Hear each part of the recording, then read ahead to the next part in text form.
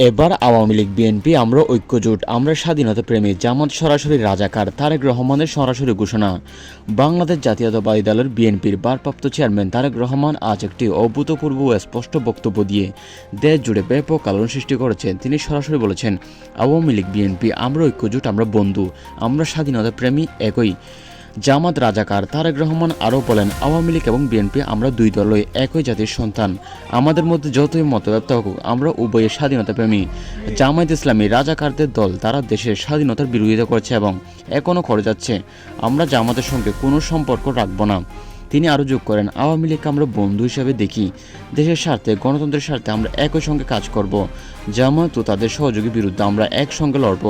তারেক রহমানের এই বক্তব্য বিএনপি সরকারের অভ্যন্তরে এবং রাজনৈতিক মহলে ব্যাপক তোলপাড় সৃষ্টি করেছে। আওয়ামী লীগ নেতাকর্মীদের মধ্যে এই ঘোষণা আশা ও উল্লাস দেখা যাচ্ছে। অন্যদিকে জামায়াত ইসলামী সহ কয়েকটি দলের মধ্যে তীব্র ক্ষোভ প্রকাশ পেয়েছে সামাজিক যোগাযোগ মাধ্যমে। নেটিজনদের মধ্যে তুমুল আলোচনা চলছে। কেউ এটাকে জাতীয় ঐক্যের বড় পদক্ষেপ বলছেন, আবার কেউ কেউ এটাকে রাজনৈতিক কৌশল হিসেবে দেখছেন।